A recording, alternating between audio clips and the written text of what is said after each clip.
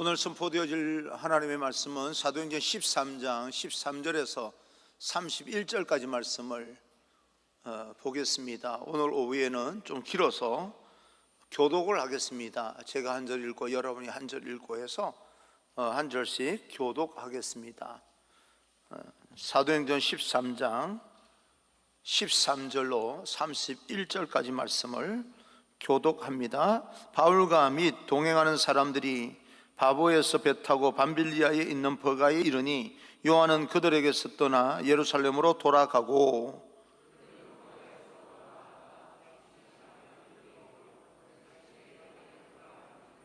율법과 선지자의 글을 읽은 후에 회당장들이 사람을 보내어 물어 이르되 형제들아 만일 백성을 권할 말이 있거든 말하라 하니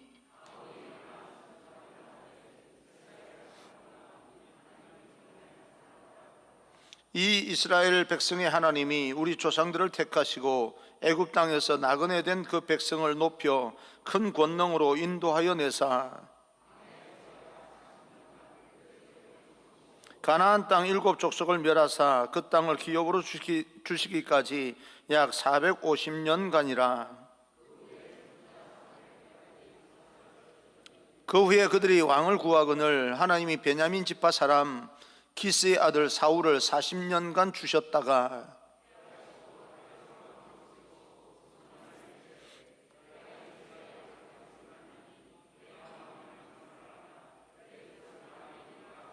하나님이 약속하신 대로 이 사람의 후손에서 이스라엘을 위하여 구주를 세우셨으니 곧 예수라.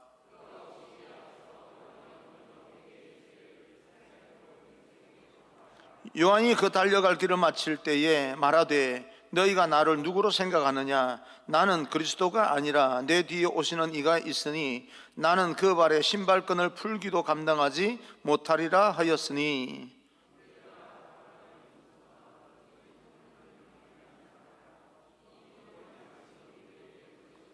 예루살렘에 사는 자들과 그들 관리들이 예수와 및 안식일마다 외우는 바 선지자들의 말을 알지 못함으로 예수를 정죄하여 선지자들의 말을 응하게 하였도다.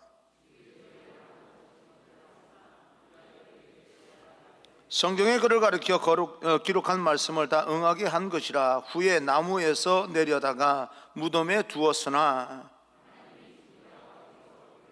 같이요 갈릴리로부터 예루살렘에 함께 올라간 사람들에게 여러 날 보이셨으니 그들이 이제 백성 앞에서 그의 증인이라. 아멘. 우리 앞뒤 좌우 인사합니다. 축복합니다. 성령 충만 행복하십시오. 인사합니다. 축복합니다. 성령 충만 행복하십시오. 오늘 여러분과 함께 읽은 말씀을 통하여서 하나님의 뜻을 이루는 사람이라는 말씀으로 하나님의 말씀을 전하겠습니다. 여러분, 우리가 아무리 힘들고 어렵고 또 이 인생을 우리 나름대로 계획을 가지고 세워가지만 환경의 주인은 예수님이시고 성경의 주인도 예수님이십니다. 다시 말하면 우리의 생명의 주인도 예수님이 되신다, 그런 뜻이기 때문에 주님은 우리 삶의 주인이 되시고 그분이 우리 삶의 마지막이 됩니다. 시작과 우리 인생의 마지막, 바로 예수 그리스도입니다. 그러므로 우리는 예수님과 동행하는 삶을 살아야 되고 예수 그리스도로 인한 그런 축복의 날들, 축복의 인생이 되기를 간절히 소망합니다.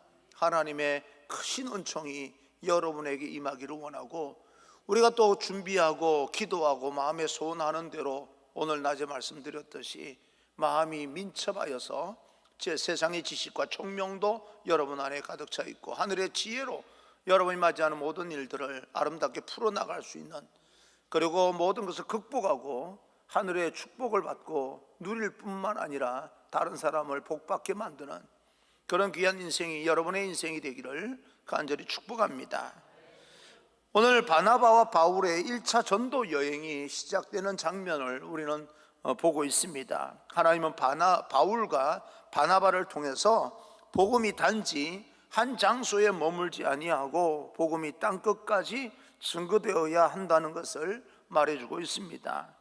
복음을 들고 가는 발걸음이 얼마나 아름다운가라고 하는 그런 말씀이 있는 것처럼 여러분 발걸음도 이왕이면 세상 속에서 우리의 행동 반경이 외국에 나가서 선교하는 선교사들의 반경보다 넓지는 않지만 여러분의 모든 삶의 반경이, 살아가는 그 삶의 자리의 반경이 복음을 전하는 아름다운 그런 발걸음이 있는 귀한 인생이 되기를 간절히 소망합니다. 아직도 우리 주변에는 교회가 이렇게 많이 세워져 있고 십자가가 있고 교회가 눈에 보이는 건물이 교회가 참 많은데도 불구하고 아직까지 예수 그리스도를 알지 못하는 사람들, 관심이 없는 사람들, 교회가 많다는 것만 알지 교회에서 어떤 일이 일어나는지 전혀 알지 못하고 관심이 없는 사람들에게까지 복음이 전해지는 그런 놀라운 역사가 있기를 간절히 바랍니다. 우리도 외국에 나가서 복음을 전하는 선교사의 행보는 아니라 할지라도 내가 속한 지역에서 내 발걸음이 예수 그리스도의 복음이 전해지는 그런 발걸음이 될 수 있도록 여러분들이 하나님 앞에 더 말씀을 깊이 있게 다가가고 또 하나님의 은총이 구체적으로 여러분 삶 가운데 현상이 되어서 나타나는 그런 축복도 있기를 바랍니다. 질병이 치료되기도 하고 힘들고 어려웠던 마음들이 다시 위로받고 격려받아서 다시 한번 일어서서 다른 사람에게 또 위로가 되고 격려가 될 수 있는 그런 사람이 되기를 간절히 소망합니다. 선교는 외국에 사는 선교도 선교지만 우리 지역에서 일어나는 모든 생명을 살리는 영혼을 구하는 그런 선교하는 일은 예수님께서 오시는 그날까지 이루어져야 되고 우리의 전도도 마찬가지로 주님이 오시는 그날까지 우리 호흡이 끝나는 그날까지 계속되어져야 됩니다. 우리가 삶을 사는 것 자체가 전도가 되길 바랍니다. 예수님 믿으세요 라고 말하지 않는다 할지라도 믿지 않는 사람들이 우리들의 모습을 보면서 하나님 살아계신 게 맞아 해서 하나님 앞에 나올 수 있는 통로가 바로 여러분 인생이 되고 삶이 되고 여러분 현장, 삶의 현장, 직장과 사업과 그리고 여러분 가정이 되기를 간절히 소망합니다. 오늘도 여러모로 그런 어떤 비전을 가지고 인생의 목적을 가지고 살아가시는 여러분 힘내십시오. 하나님의 크신 은총이 여러분과 함께하기를 간절히 소망합니다. 첫째, 비시디아 안디옥 14절입니다. 14절 비시디아 안디옥에 이르러 안식일에 회당에 들어가 앉으니라. 버가에서 마가 요한이 고향으로 돌아간 후에 바울과 바나바는 타우루스 산을 넘어서 북쪽으로 160km를 여행하면서 그 당시에는 어떤 기구가 없었기 때문에 걸어서 여행하는 거죠. 160km요. 대단히 먼 길을 여행하면서 비시디아 안디옥이라고 하는 도시에 도착을 하게 됩니다. 비시디아 안디옥은 해발 1000m 정도 되는 고지대에 위치한 도시로서 갈라디아 지방 군사 요충지입니다. 이 도시에서 바울과 바나바는 안식일에 한 회당에 들어가게 됩니다. 15절입니다. 15절 회당장들이 사람을 보내어 물어 이르되 형제들아 만일 백성을 구원할 말이 있거든 말하라 하니 그리고 바울 사도는 회당장으로부터 백성들을 위해서 권면의 말을 해달라라고 하는 부탁을 받습니다. 여기에서 복음을 어떤 할 이야기가 있으면 백성들에게 권면할 이야기가 있으면 해줬으면 좋겠다, 한마디 해줬으면 좋겠다, 그렇게 권면을 받습니다. 그리고 16절입니다. 16절 바울이 일어나 손짓하며 말하되 이스라엘 사람들과 및 하나님을 경외하는 사람들아 들으라. 설교의 내용은 전적으로 하나님의 은혜에 대한 말씀을 전하기 시작합니다. 여지껏 살아온 것이 하나님의 은혜라는 거예요. 오늘 우리 참사랑 선교단 우리가 위드 코로나 하면서 우리 이주민 집사님 이름도 잊어버릴 뻔했어요. 이주민 맞죠? 박주민 아니지? 이주민 집사님이 이렇게 인도하면서 찬양하니까 얼마나 좋은지 몰라요. 고맙습니다. 이제 좀 완전체가 되네요. 그죠? 위드 코로나가 계속됐으면 좋겠어요. 아니 위드도 없어지고 코로나도 없어졌으면 좋겠어요. 마스크도 없어졌으면 좋겠고 다 없어졌으면 좋겠어요. 반응을 별로 안 하시는 거 보니까 마스크 쓰는 게 좋은 모양이에요. 다음 주부터는 10분까지 해주세요. 좀 이 찬양하기가 조금 힘들더라도, 그래도 우리는 뭐 마스크 때문에 조금 불편하더라도 마음으로라도 얼마든지 하나님 앞에 찬양할 수 있으니까 저 좀 찬양 시간이 길었으면 좋겠습니다. 하나님의 은혜, 그 마지막 그 찬송에 참 저는 그 찬송을 참 많이 좋아합니다. 근데 자꾸 부르려고 그러니까 그 찬양만 안다고 말할까봐 안 불러서 그렇지 참 좋아합니다. 은혜 아니면 살아갈 수가 없네. 항상 마음속에 세상의 위로와 세상의 어떤 여러 가지 평안이 없어도 예수 그리스도만 있으면 됩니다 라고 하는 그런 고백적인 그 찬양을 참 좋아합니다. 그래서 두 번째, 은혜로 가득한 역사, 17절에서 22절까지 설교를 하는 가운데 거기서 구체적으로 나타난 그 단어들을 한번 이렇게 모아보면 택하시고 인도하여 사하시고 참으시고 주시고 주셨더니 주셨다가 세우시고 이루리라. 인도하여 택하시고 인도하여 내사, 그리고 참으시고 주시고 주셨더니 주셨다가 세우시고 이루리라.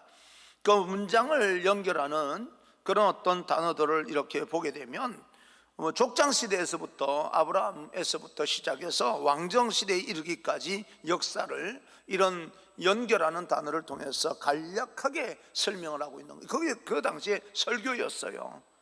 바울 사도는 이 간략한 설명을 통해서 두 가지 사실을 말하고 싶은 겁니다.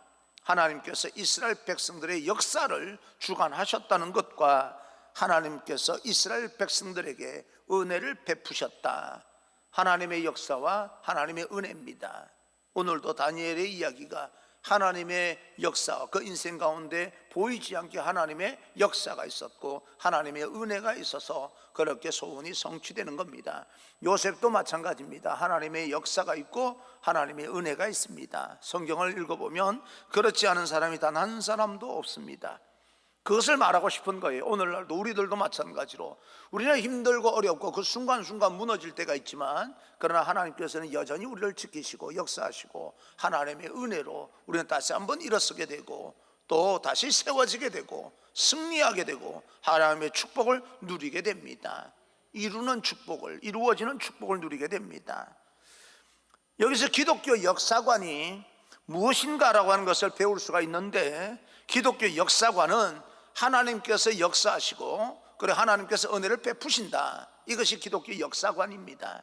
우리의 인생도 하나님의 역사관 안에서 인생이 세워지는 겁니다.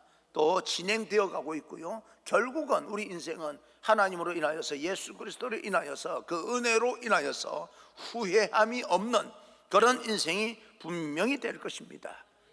그 하나님의 은총이 여러분에게 충만하게 되기를 주님 이름으로 축원합니다. 바울 사도가 바라보는 이스라엘 역사도 바로 이런 은혜의 역사입니다.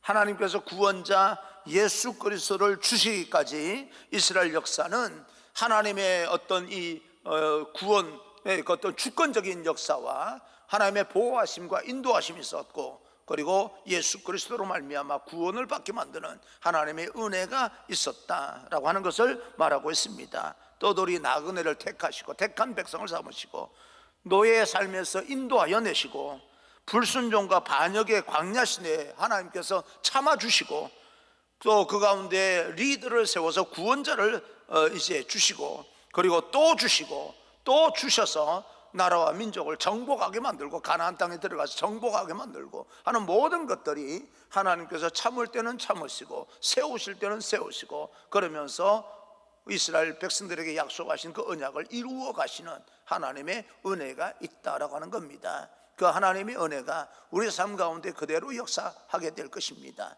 하나님은 우리들을 길이 참으십니다. 지금도 참고 있는 부분이 없잖아, 있습니다. 그런데 또 참으실 뿐만 아니라 하나님께서 또 세우시고 또 그 가운데서 역사하시고 이끌어 주시고 보이지 않는 손으로 우리를 보호하시고 그렇게 해서 결국에는 우리의 마음의 소원을 이루게 해 주시는 하나님, 그 하나님이 믿어지기를 주님 이름으로 축복합니다. 오늘날의 시대는 상실의 시대라고 말을 합니다. 삶의 의미를 상실하고 삶의 목적을 상실합니다. 뭘 해야 될지, 어떻게 살아가야 될지 그 길을 잃어버렸다는 거예요. 인생의 방향을 잃어버렸다는 겁니다. 우리나라에만 하루에만 36명꼴로 자살을 한답니다. 한 시간에 한 명씩, 한 시간도 못 돼서 한 명씩 죽어나가는 거죠.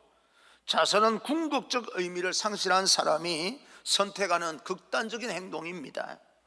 삶이 생존 이외에 아무것도 아니라고 하는 상실감이 가득한 그런 시대가 될 때 스스로 이렇게 목숨을 끊는 경우도 허다하게 나타납니다. 코로나 감염되어서 죽는 사람보다 오늘날 자살로 죽는 사람이 훨씬 많은데도 불구하고 이렇게 코로나 감염병에 대해서는 이렇게까지 우리가 긴장해서 이야기를 하는데도 불구하고 자살에 대해서는 언급을 하지 않는 이유가 무엇일까라고 하는 생각도 해봅니다. 얼마나 많은 사람들이 하루에 30명에서 40명이 자살하고 있는데 이 자살에 대해서는 일절 보도하지 않고 있지 않습니까? 그런데 감염병에 대해서는 이렇게 예민하게 우리는 지금 이야기하고 있는 것입니다. 생명은 그 사람에게는 똑같은 생명일 텐데 그런 생각도 해봅니다. 그만큼 이 땅에는 상실감이 지배하는 시대다. 초등학생도 자살합니다. 성적이 나쁘다고요. 다른 애들에게 왕따 당한다고 자살을 합니다.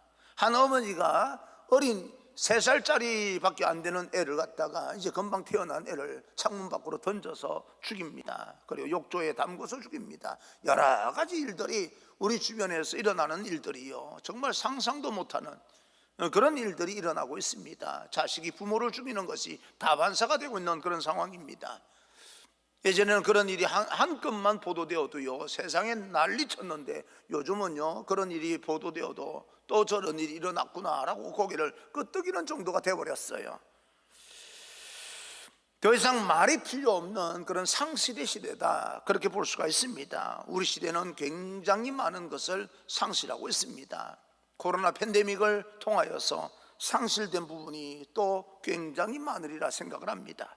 물질을 얻기 위해서 궁극적인 가치를 상실했습니다. 생존을 위해서 삶의 의미를 잃어버립니다. 육체의 만족을 위해서 정신적인 가치를 상실했습니다. 이런 상실의 시대에 사는 우리에게 정말 필요한 게 뭘까? 여러분,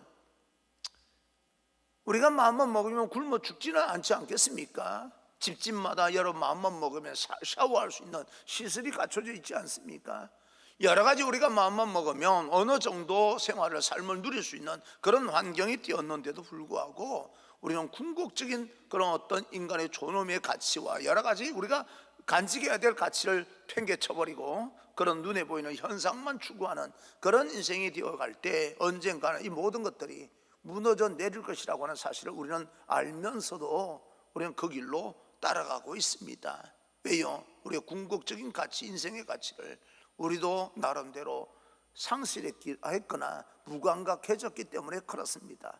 우리가 인생을 살면서 여러분 어릴 때, 여기 대부분 어른들께서 예배를 드린다고 하면 어릴 때, 여러분이 어릴 때 나이가 젊었을 때 한번 생각해 보십시오. 그때는 우리가 생각했던 그 가치, 인생의 가치, 생존의 가치, 또 여러 가지 존엄의 가치, 이런 가치와 오늘날의 어떤 가치를 한번 비교해 보십시오.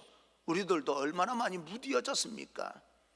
그런 부분들을 우리는 다시 한번 생각해 볼 필요가 있습니다. 그런데 하나님께서 그런 가운데서도 우리를 그냥 내버려 두지 아니하시고 참으시고 계시고 또 은혜를 베푸시고 또 우리를 세워주시고 결국은 우리 소원을 이루어 주실 하나님.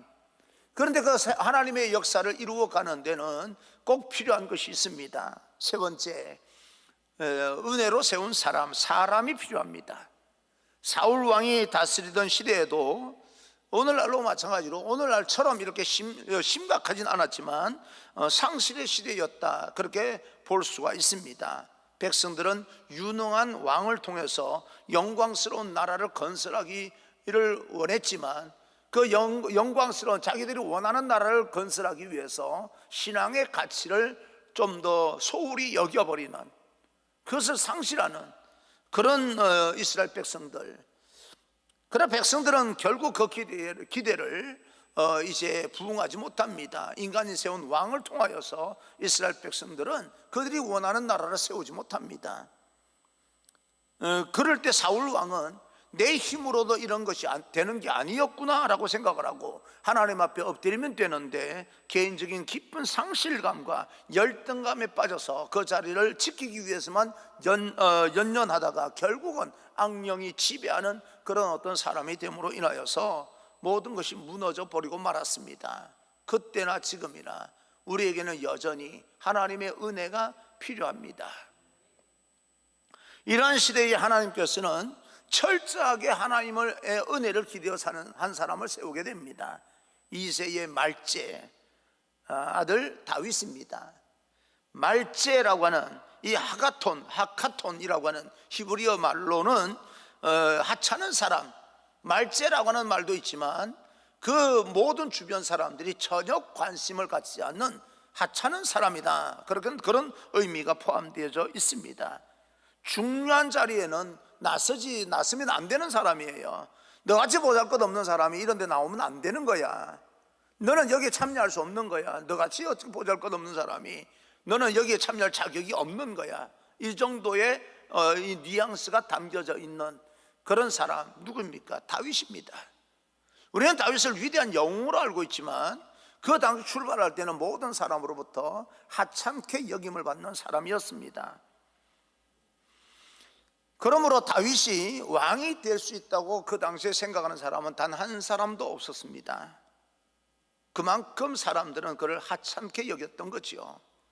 그러나 하나님께서는 다윗의 중심을 보시고 그를 왕으로 하나님께서 세우십니다. 이게 하나님의 역사입니다. 하나님의 은혜입니다.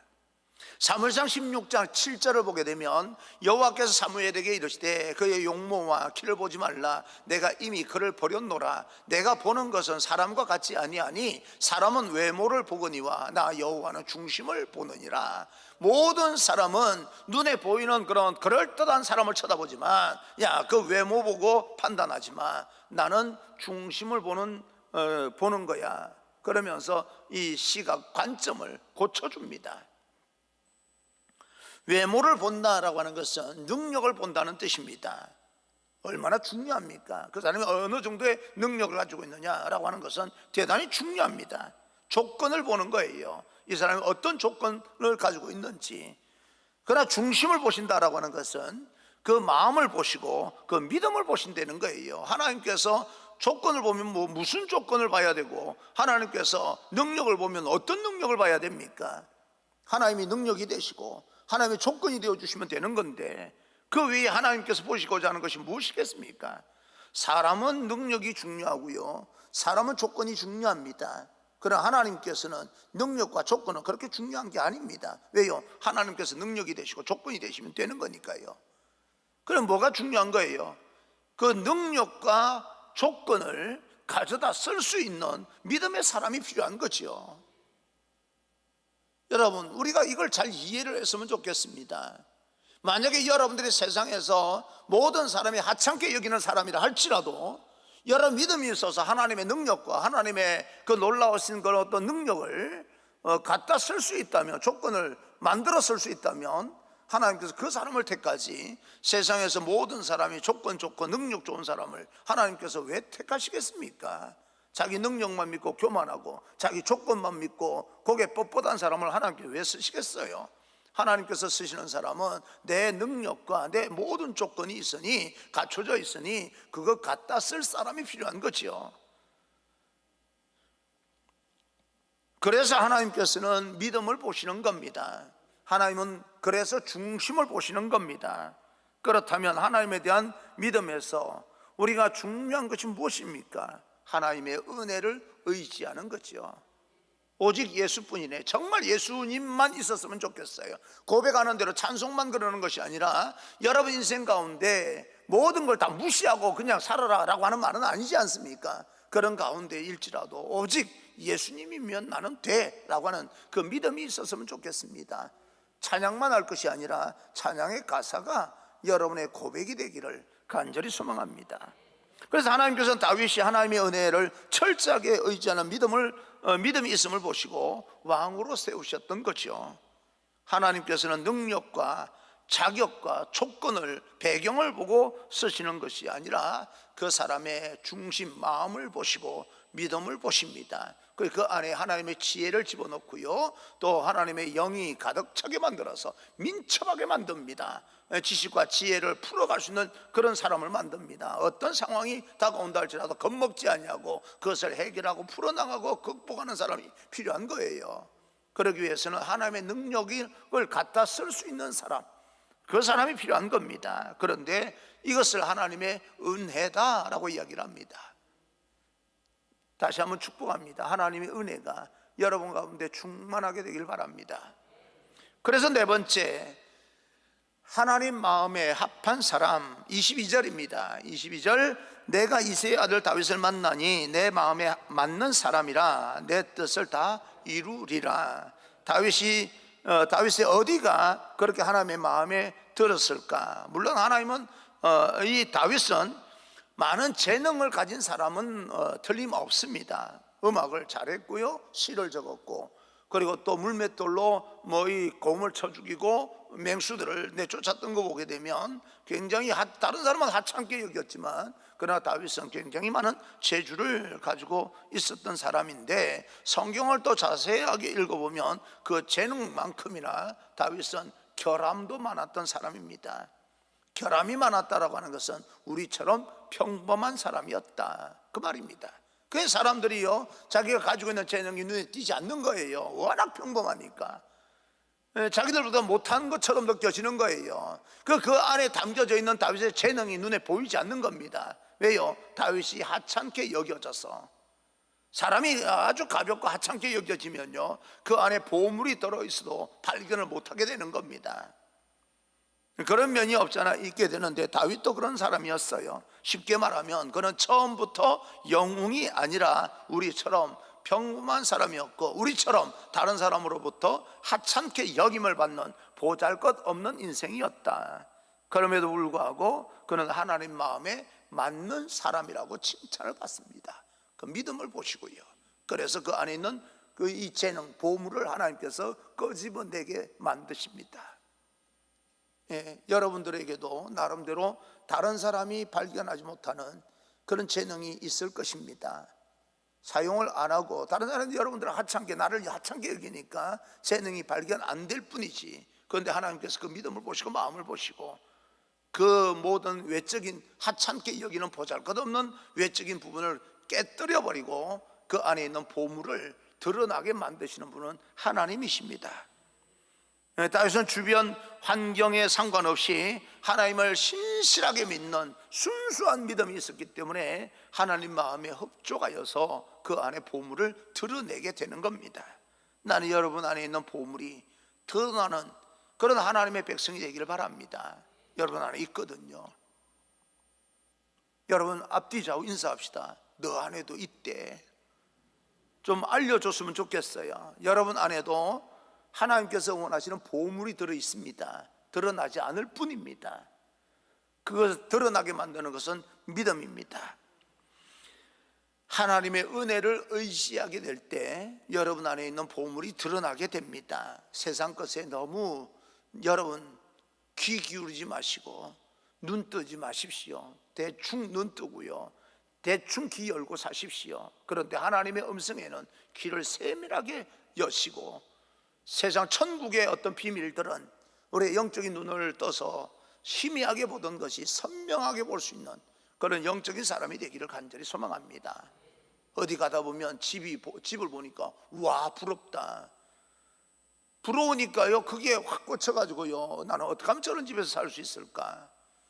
그것 때문에 하나님의 음성을 듣지 못하고 하나님의 현상, 그 천국 현상을 우리가 확인하지 못한다, 선명하게 보지 못한다면 얼마나 안타까운 인생이겠습니까? 세상에 대해서는 눈치가 감고요, 어렵지만 하나님에 대해서는 선명하게 볼 수 있는 영적인 눈을 열고 세상에 대해서는 귀를 슬며시 닫아버리고 하나님의 음성에 대해서는 귀를 활짝 열고 살아가게 된다면 여러분 안에 있는 보물이 드러나게 되는 겁니다. 그럴 때 나타나는 현상이 다섯째, 하나님의 뜻을 이루는 사람. 시편 23편 4절입니다. 내가 사망의 음침한 골짜기로 다닐지라도 해를 두려워하지 않을 것은 주께서 나와 함께 하심이라. 하나님의 뜻을 이룰 수 있는 사람은 기독교적 역사의식을 가지고 사는 사람들입니다. 하나님의 그 어떤 주권과 하나님의 은혜가 내 삶 가운데 임하였다라고 하는 것을 믿고 받아들이고 인정하고 살아가는 사람이 위대한 소원을, 하나님의 뜻을 이루는 사람이 됩니다.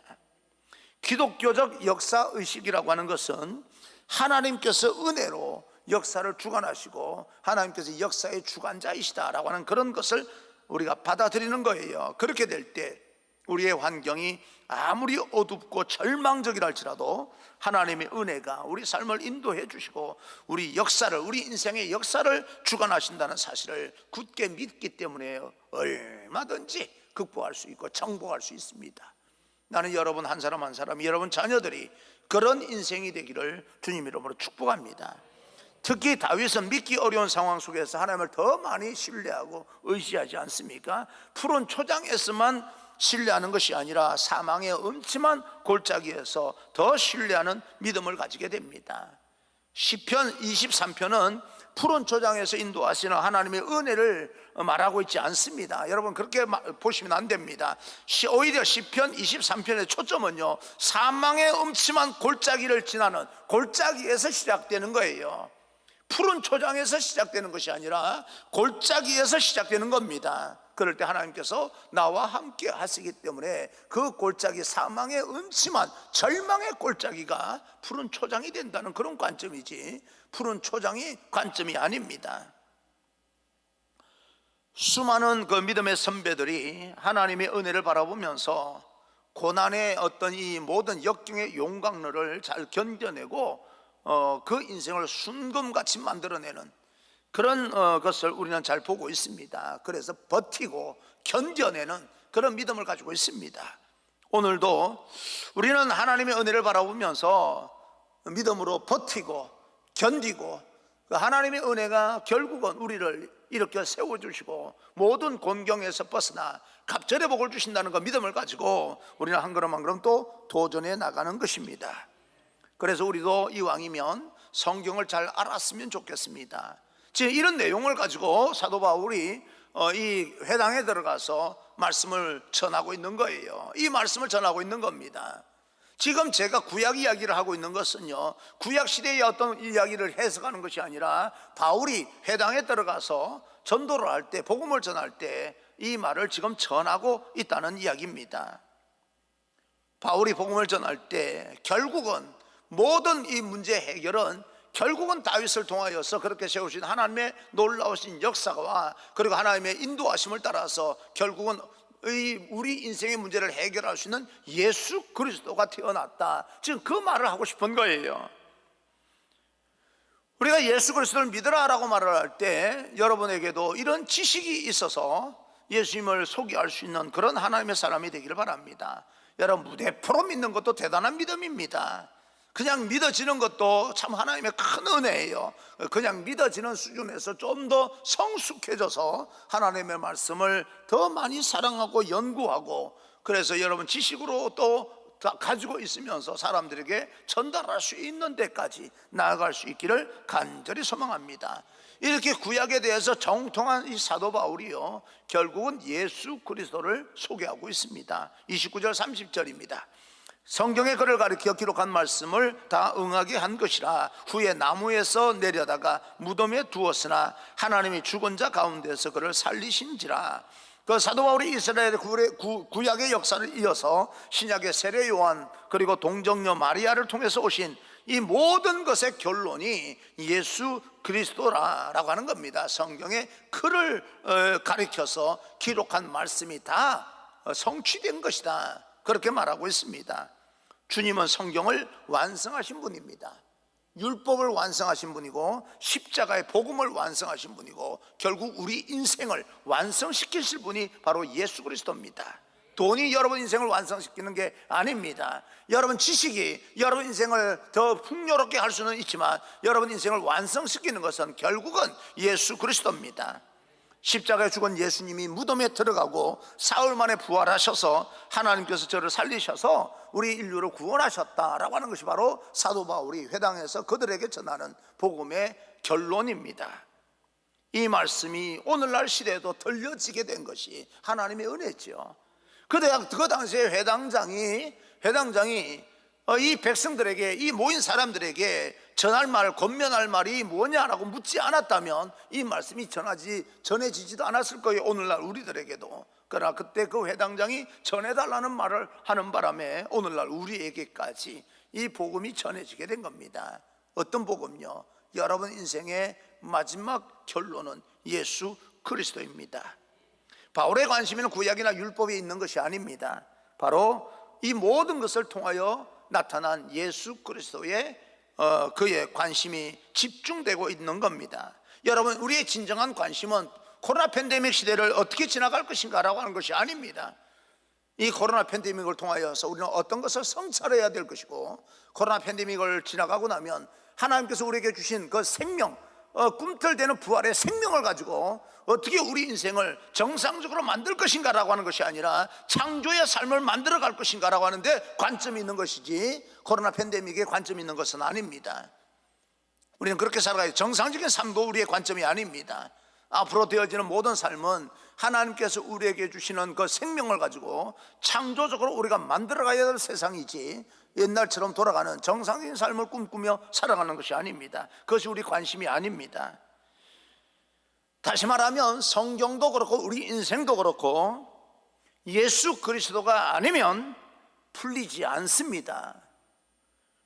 예수님이 아니면 우리 인생이 완성되지 않습니다.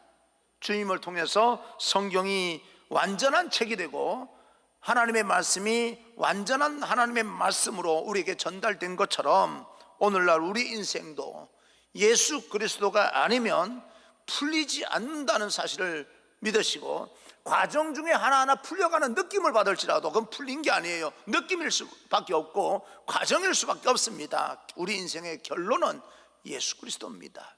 오직 예수뿐이네. 맞습니다. 우리 인생은 예수님밖에 없습니다.